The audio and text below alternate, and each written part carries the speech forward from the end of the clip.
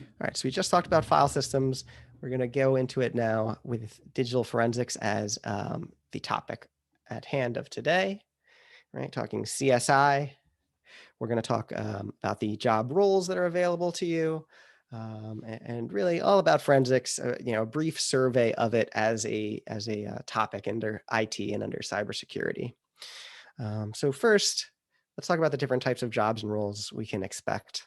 Right, we can expect titles like forensic computer examiner, digital forensic examiner, computer forensic detective. Right, any of those sorts of jobs and roles are what you can expect as an IT professional that works in forensics. And so the idea is we need special tools and skills in order to collect evidence and make it forensically sound, right? Such that you can bring it into a courtroom and, we can make cases based on it, right? You might serve as an expert witness because of the analysis that you provide and the process you use to collect the evidence, right? So this is all the sort of things we're going to be talking about, right? So what's under the umbrella of this type of role? Things we'll talk about are like planning IT systems, so that you're even able to forensically collect evidence, right? That's the first part. If we're building up a system, let's make sure that we're actually able to collect evidence. We're going to talk about investigating and reconstructing incidents, right? Bad things have happened, right? You have some data somewhere. Let's take a look and recollect and examine this evidence. We're going to be talking about investigating if a crime has actually occurred, talking about collecting and protecting evidence, determining if data was actually exposed, running audits, right? Being familiar with different compliance regulation like HIPAA and SOX, right? You might need an analyst to verify that you're under compliance. So these are all the different types of roles and responsibilities you can expect under that umbrella of digital forensics. Okay, so let's get ready for it. Let's talk, what are we talking about specifically in this lecture? Talking about digital forensics as a large topic. We're talking about forensic toolkits, both the hardware and the software that you could expect in your utility belt if you are, acting as a forensic analyst. And we'll talk about the process that you're going to follow, right? How do you collect evidence? How do you analyze it? How do you actually go about reporting this? And finally, what sorts of targets we use for collecting evidence. All right. So let's get started with digital forensics as a whole. The first thing I want to say is that just like everything else in cybersecurity and in Blue Team, right, ethics is important. You may be the people or one of the set of people who have to collect and analyze evidence. And, it's important that you don't bring any bias into this, right? It's important that your methods are repeatable and reportable, right? That your findings and your documentations literally show, at what time you did what action and what command, with this file that has this hash and so on and so forth, right? It's important that that is what we're talking about when we're talking about the analysis for forensics here, that your stuff is repeatable and very clear. And the other thing that's really important, and why I bring ethics up in here, is because evidence should not be changed, right? That's maybe it seems clear, but I think it is worth saying, right? You do analysis on a copy, and it's important that you provide yourself and be clear on the ethics that are involved when we're talking about digital forensics, because again, we're often talking about if a crime has actually been committed, right? If someone was hurt or data was leaked or things like this, and it's important to you that you maintain your ethics when we're talking about this sort of thing. This is also why I'll say again, like I was saying in morning review, that question of like the SOC needing the CEO's authority to operate, right? Like the same idea here. Because what if the bad guys are someone on the inside, right? You need the authority to be able to do things. So that's the first thing I'll say regarding ethics here. But now, regarding forensics, right? What is it? Well, here's the book definition here: using scientific techniques to investigate a crime. Okay, so awesome, scientific method, great.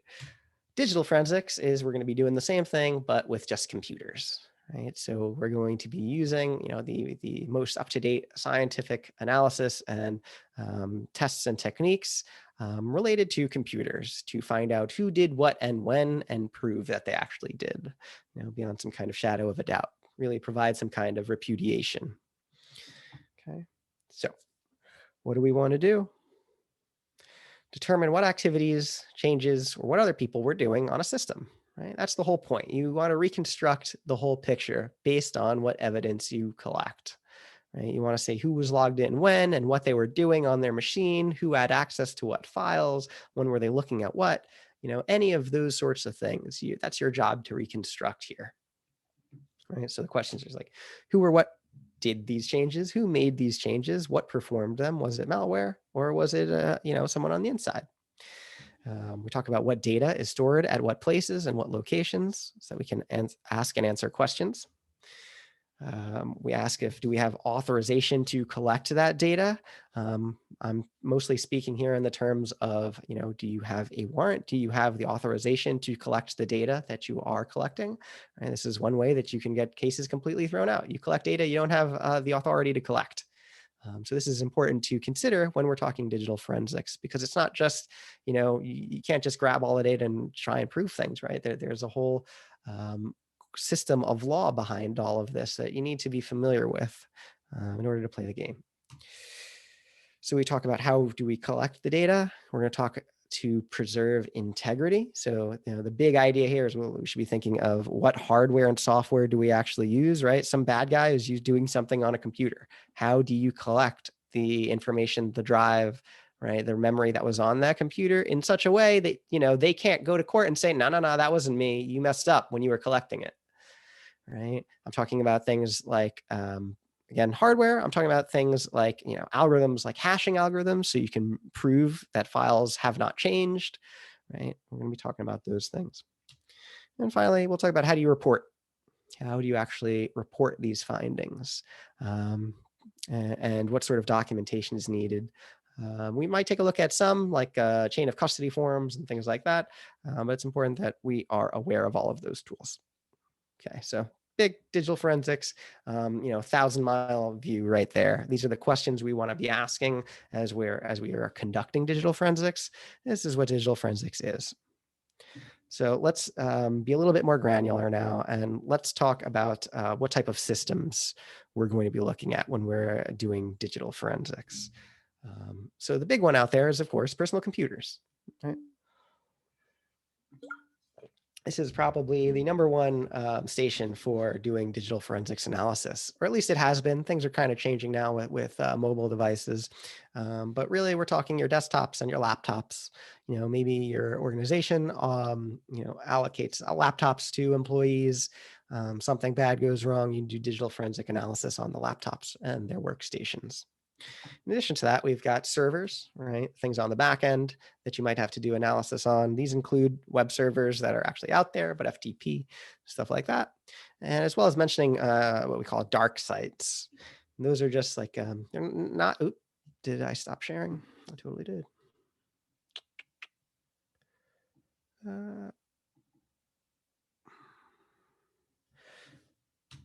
So those are just, it's not as popular, right? This idea of dark sites, these pre-made non-visible websites that are activated when there's some kind of emergency or crisis situation, so that you can have a website up really quickly, with fast response time, right? Businesses and organizations might need to respond immediately after some kind of crisis, so you have some kind of website that we call a dark site that'll sometimes come right up quickly. So that's what I'm talking about when we have servers, and I just want you to be familiar with that term, dark site. Do most people need one, or do most organizations? Probably not, but it's out there. Other things we do digital forensics on, like I said before, phones and tablets. And these are the most common devices people are using now. We won't be doing too much analysis on those devices, but know that it's out there and it's a skill. We also have what we've done before, network analysis, right? You can take a look at PCAPs and do some analysis there, as well as applications. Cloud applications are huge now, right? We could talk about Google Drive and email. We can talk about how, oh gosh, I want to say it was 20, not 16, earlier than that. Who was it? I should have written it down. There was a general that was doing something, was it Petraeus? he was sending messages, and the way they would send messages was this technique called foldering.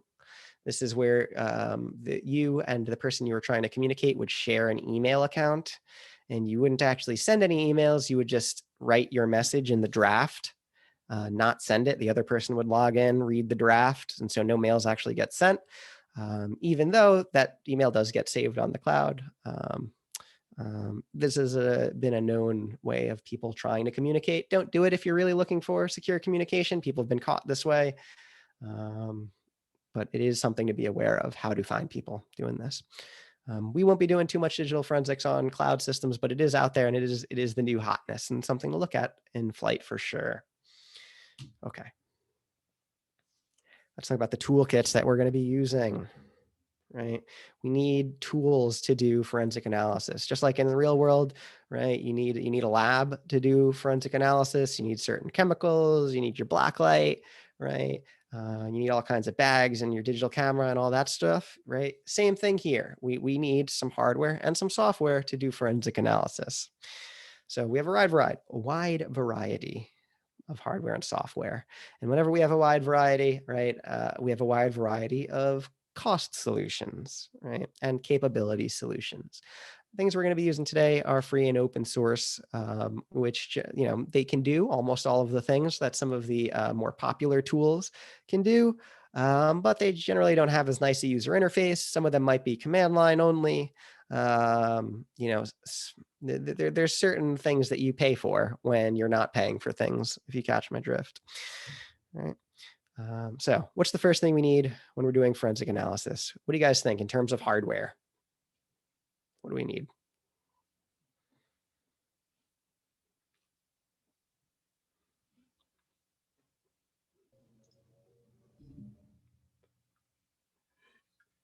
In chat, maybe someone said, what do we need to do digital forensics?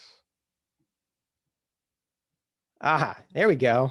We got the many folds here, big brain idea. We need a computer to do forensic analysis, of course, right? We need a workstation. And what types, right? We use the workstation. What do we need it for?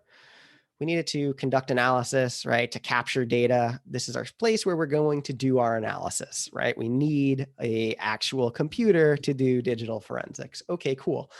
What type of things would we look for in our hardware? Right, we have a workstation. I'm going to go to Micro Center or something and start putting this together. What type of hardware should I be looking at? Think back to like A+ sort of stuff, if you studied that at all. Your RAM, probably. Need a lot of RAM, right? I'm probably going to be looking at really big files.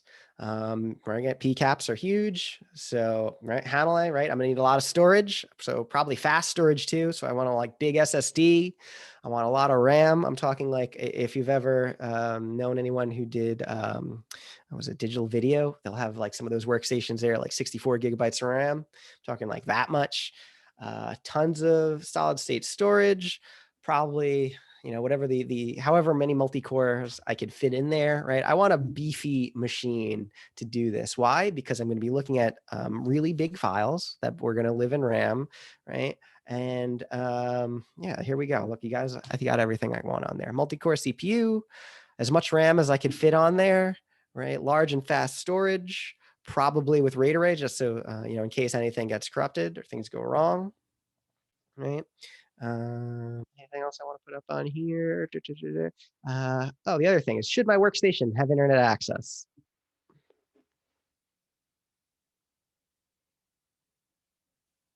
Plusha says yes. Why, Plusha? Hanalei says no. Why, Hanalei?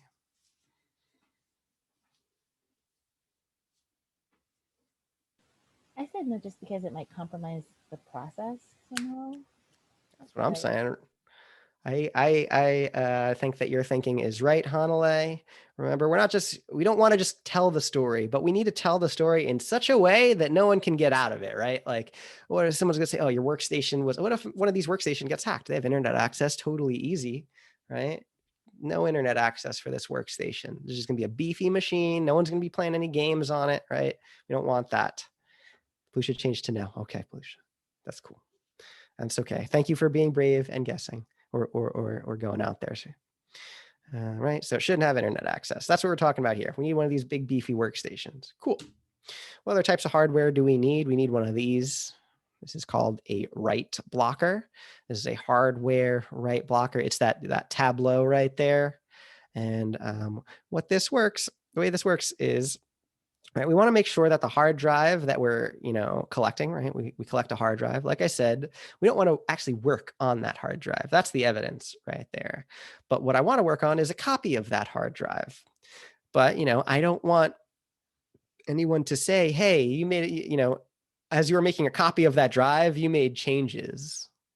So enter this piece of hardware here, a write blocker, right? This is set up such that you can only read from the device. You cannot write to the device, right? So you plug this in there physically to the hard drive you're trying to read from and into your workstation, and then you can read from that drive. Most of them are going to come with some cool software as well to hash the information it's taking as well, right? But you're going to want to get one of these write blockers if you're collecting data from hardware, right? What does it do? Ensures that the drive we're getting images of can't be written to. And again, this is all part of forensically taking data, right? We need to prove beyond a shadow of doubt that the evidence that we have is accurate, right? We have hardware variants, we have software variants. The hardware ones are going to be a bit more expensive, but they're also going to be hold up a little bit better generally in court of law. That's all I've generally got to say about them. You could find them online if you're interested in buying one. I don't know why you would be, but you can. Okay. What else do we need? Well, you've made a copy of that drive, right? You've read from it, and you put it somewhere. You got to put it somewhere, though, right? So if you want multiple analysts to work on it, you need multiple copies. So what do we do when we have that first copy? Use a forensic drive duplicator, right? So this is to copy a hard drive without changing the original. This saves you from having to put all of your evidence on your workstation, right? Instead, you put it on a different hard drive, and now you have this hard drive to do your analysis on. This requires you to have, clean hard drives, right? So, you're going to need a whole bunch of clean hard drives in order to receive those images, and they're going to need to be prepared in the lab before you copy everything onto them. What do I mean by that? If I'm, copying some evidence onto a new drive so I can do analysis on it, I need that new drive. I need to either write it so that it's all zeros or all ones or some known pattern, right? So that there's no actual data on there originally. Because, what if the bad guy says, no, that wasn't mine, you put it on there or something like that, right? That was on the drive you put your evidence on. So again, we need to make sure that we have already have hard drives and that they have been forensically cleaned before we put our evidence on them, right? So again, dedicated device right here. Use it for copying drives, taking hashes, getting the slack space, right? Getting all of those ones and zeros from one device onto another one. So we don't have to use our workstation for that, right? Because our workstation, we want that for actually doing work. We don't want to, have it spending a bunch of time copying things over. Right? Frees up your forensic workstation. Cool. What else are we going to need in our hardware utility toolkit, right? Wipe drives and removable media, right? Just like I was saying before, they need to be clean, ready to receive disk images.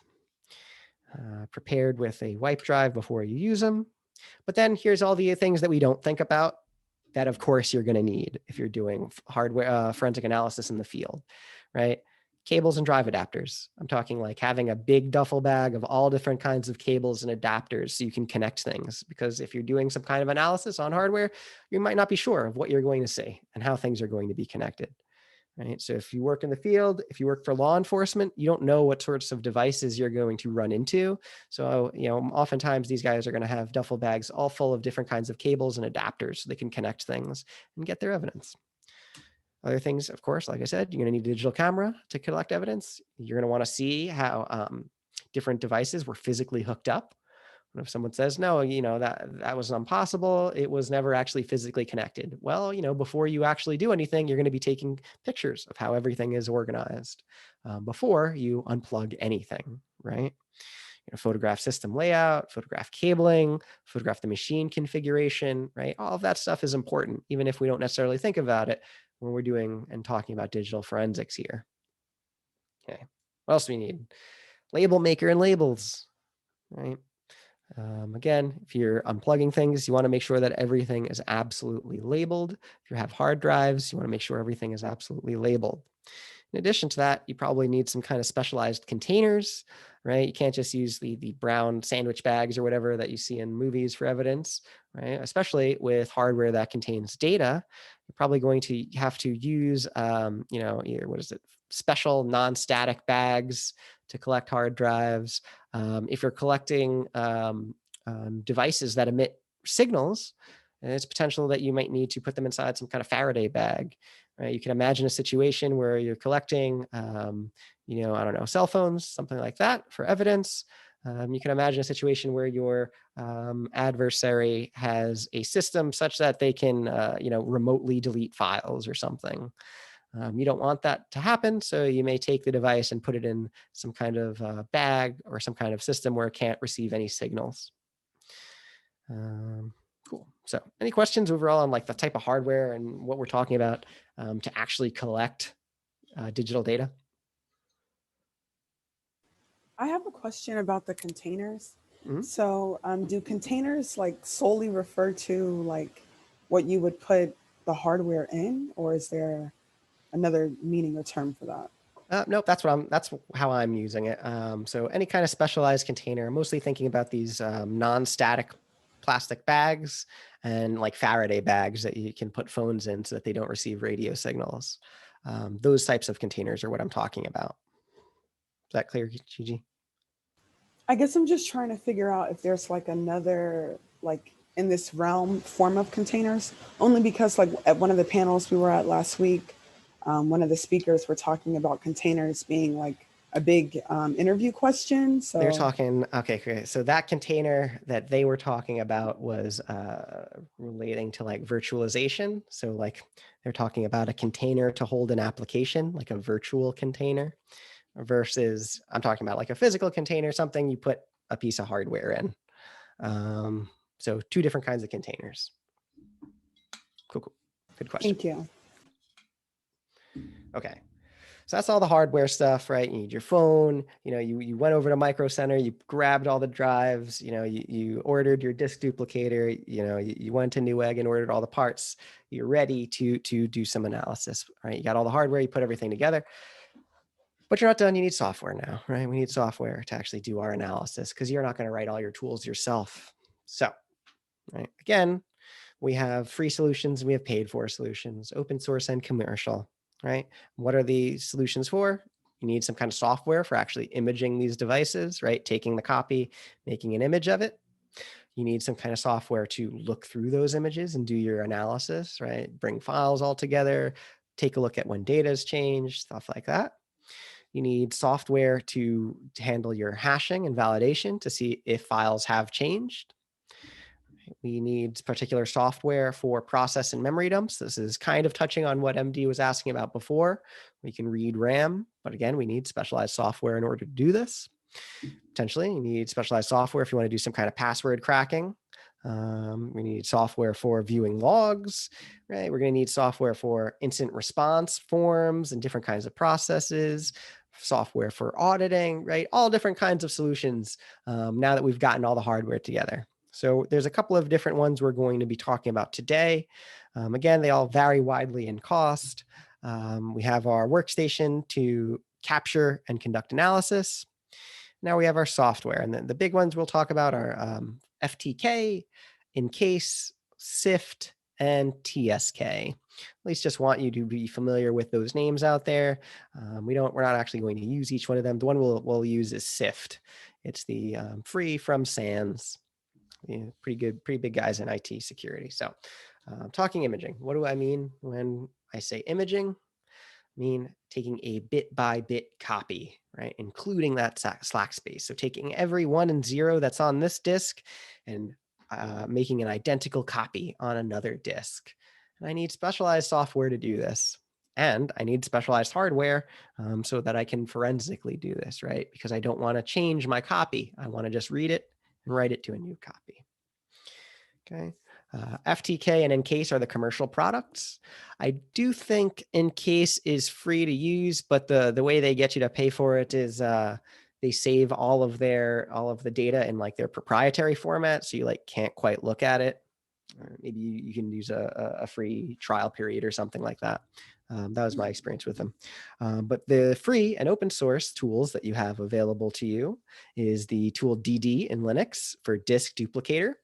And it's also available in Unix and Mac. So, you can use that for taking an image of something. It's free. But again, it's in the command line. So it's not as easy as having a cool GUI that you could probably just drag and drop stuff into and make copies of. Again, that's the stuff you pay for. Okay. So we need software for analysis. Right? We want to create a timeline of how things have actually changed, when files were downloaded, who was logged in, who did what. You want to validate the file against known good copies so you can see if things were corrupted and when. Right? You want to do your analysis for looking for all of that data that we were talking about earlier in the file system, right? So looking for hidden files, any data about those files, any access data. For specifically Windows, there's all sorts of Windows registry analysis that we could talk about there. There's log parsing, right? And the commercial products for doing this are FTK and Encase. They got nice little GUIs. They make things very easy for a newbie to use. But again, you have to pay for them, right? If you're working in some kind of law enforcement, they probably have some license to use those products.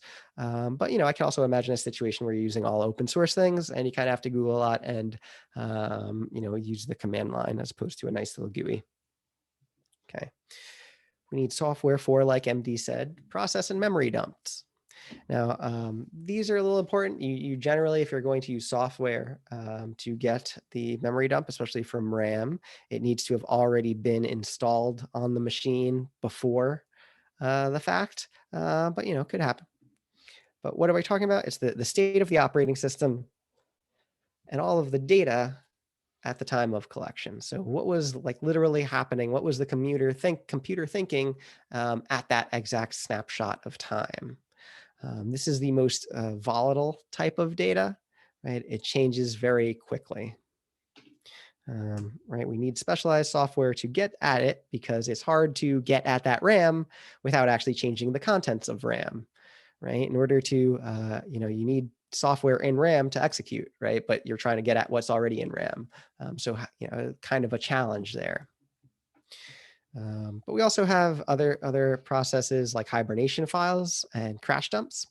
So when you close your laptop without powering it down, it generally will write what it has in memory to a file, so that when you open it back up, it reads from that file and puts that right back into memory. So you've just been in hibernation mode. There are ways and there are some software that you can use to access those hibernation files, so you can piece together what was going on in that computer's memory at that time. Right? Can hold useful data. But again, it changes very often. So, this is like you catch somebody in the act, right? Okay, we got to get that data, right? That's the first data we try and collect. Okay. So that's as far as software we're going to be using. The last thing I want to kind of touch on is documentation. Again, this is because forensics is very, very closely related to law enforcement. So there's a couple of documents that you should be familiar with. And this is, I forget where I pulled this image from, but it's a chain of custody form. And this is something that you should be somewhat familiar with if you're going to do any kind of forensic analysis. The idea here is that as data moves from the crime scene to whoever's, transportation to a lab to whoever's actually analyzing it, we need to know who was in charge of that data, who had access to it, who was moving it, right? So, you'll have people signing the name of it. Here we have who created this image right here. You can't see my mouse, but you have the create by Stan Smith, who created this image, right? You have the image name right there. It looks like he used DD to take the image, right? Disk duplicator right there, has the image name, has the drive, has the hash, right? I believe it says which kind of hash it is, but you can find out based on the hash length right there. But these are things that you should be familiar with, right? The documentation is a key part when we're talking about forensic analysis, right? Everywhere evidence goes, it needs to get logged. Cool. Questions on documentation?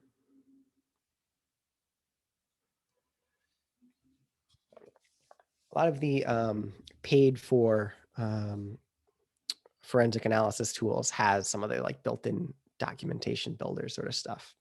But you'll see important things here across most of them, like names, times, hashes, and reasoning for doing things, right? Here we have investigation into complaint of pedophilia on the network, which I guess is a good point to touch on now, right? Like we're going to be doing an exercise today called Rhino Hunt, and we're looking for pictures of rhinos. But again, I'll mention it later. Let's go to the process of forensics.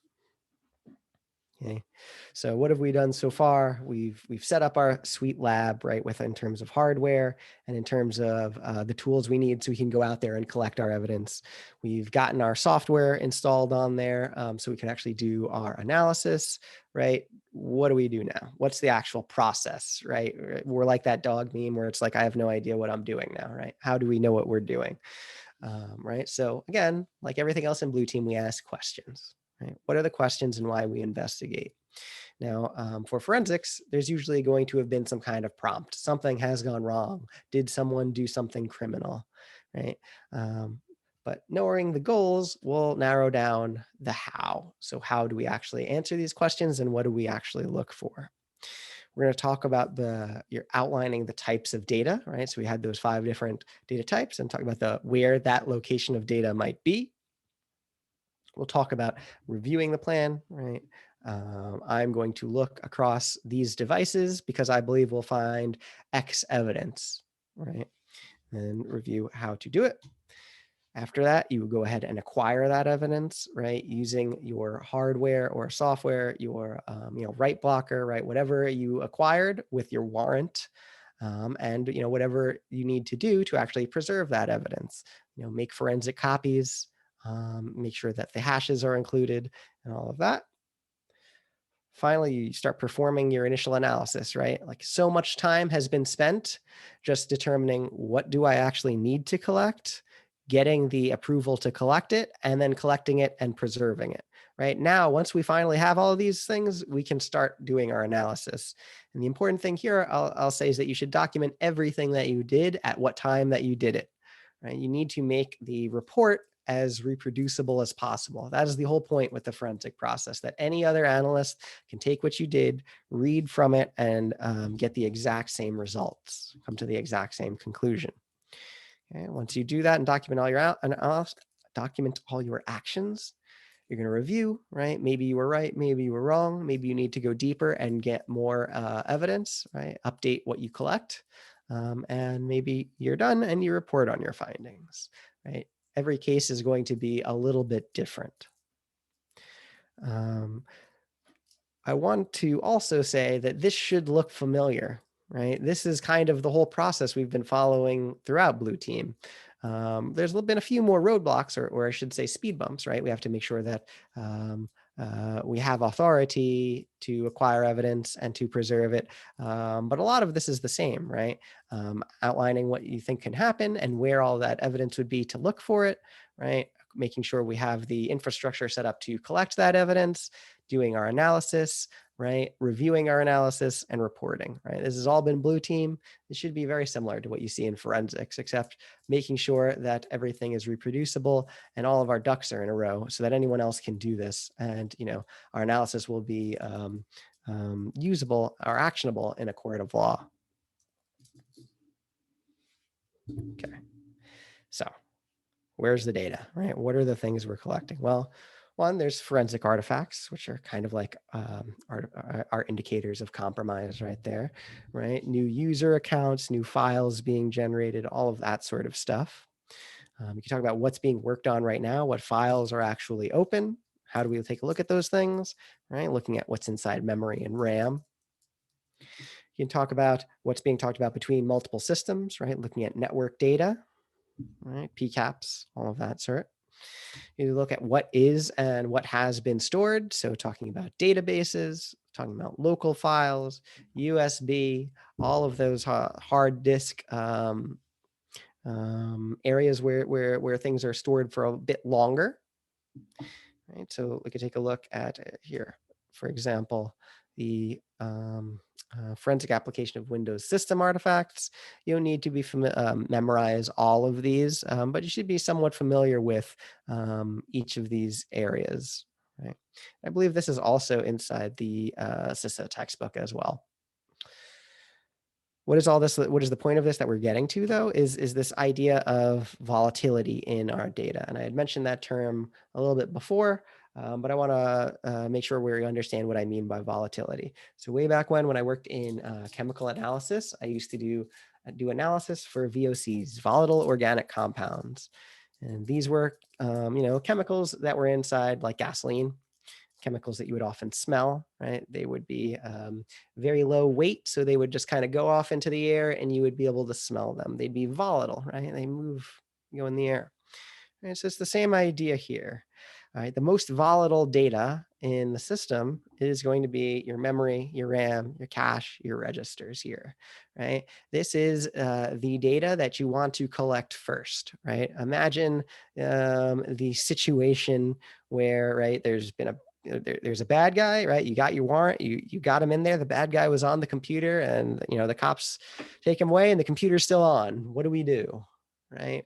Well, the first bit of evidence that you'd want to collect, or techniques you want to use, is to collect evidence from memory and RAM in there, right? You do some kind of live acquisition, really, which means getting the memory while it's running. There are some tools to do this. The one that comes to mind right now is FireEye has a tool called Memorize. You can take a look at that.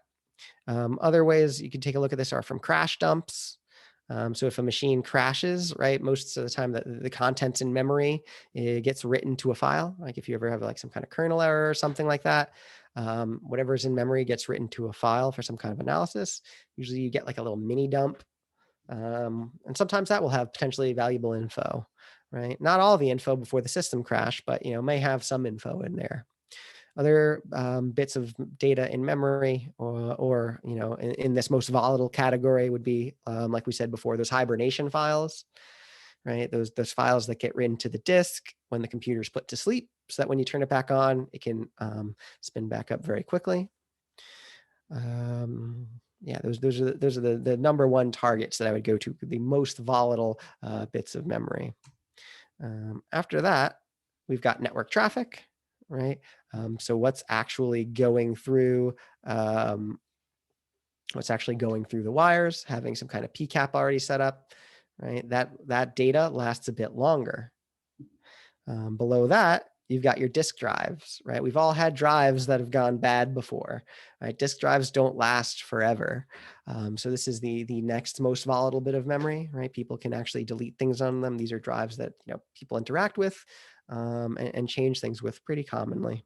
And then finally, you have the most, or I should say the least volatile memory, the most static. So things like optical discs, CDs, papers, cold storage, actual VHS tape or regular tape, right? Those you don't have to worry so much about collecting that data right away, just because it's so non-volatile, right? It won't be changing very often. So you can take your time a little bit more collecting, for example, those stacks of tapes that are by this computer versus trying to get whatever data is in RAM, right? So what happens when you find things that are unexpected as you're doing your analysis, right? What do you do when you find an employee breaking the acceptable use policy? This is, kind of, we can have it as a bit of a discussion here, but what do you think? What should you do? Do an analysis, find your employee has broken the acceptable use policy for their device.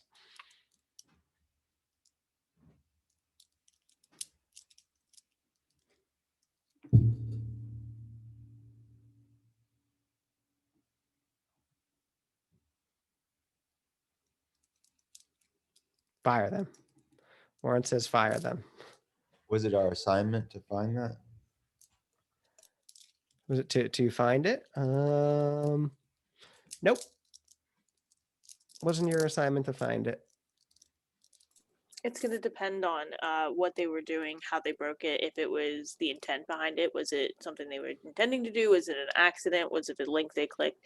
And then like the severity of it, at very least, probably some sort of escalating like conversation, write up, fire, whatever. You have to still follow like laws as far as unemployment goes and stuff like that.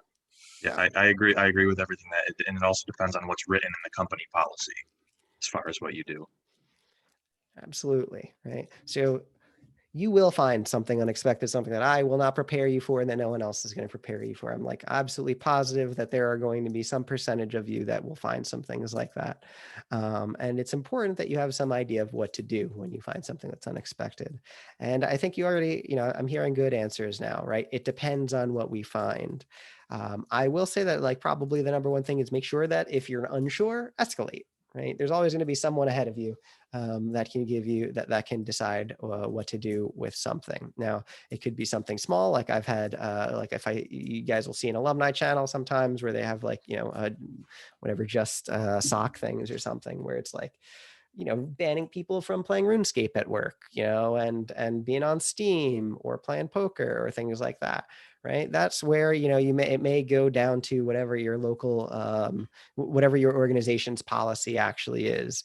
But you may also see illegal things. And when you do see illegal things, it is, your responsibility, not just to go to the company, but also to law enforcement. If you ever, find perhaps like illicit images and things like that, right? That is beyond you. And this is when you do, phone it into the actual law enforcement and authorities, right? When you find illegal activity, you go to the cops. You don't go to, of course you escalate it, but it is important, right? This goes back to the ethics right here, that you actually bring this to law enforcement if it's necessary. Okay, so in quick summary of what did we talk about, right? So digital forensics, right? Investigating potentially for a crime, right? Collecting data in such a way that no one can, non-repudiation is really the word I want here. And we've kind of been following this forensic process already of like asking questions, saying, where would I find this information, looking for it, doing your analysis once you find it, and then reevaluating, was my hypothesis correct or not? And then looking deeper, right? We've already been doing that throughout all of Blue Team. So there's nothing super new now outside of, some new hardware tools and software tools and some specifics to the process that we need to follow, right? And where did we need to go to look to answer some forensic questions, right? Where do we look inside the file systems, inside the network, inside processes or applications to answer those forensic questions? Cool. So let's get our hands dirty now, and let me show you what we're going to be working on today.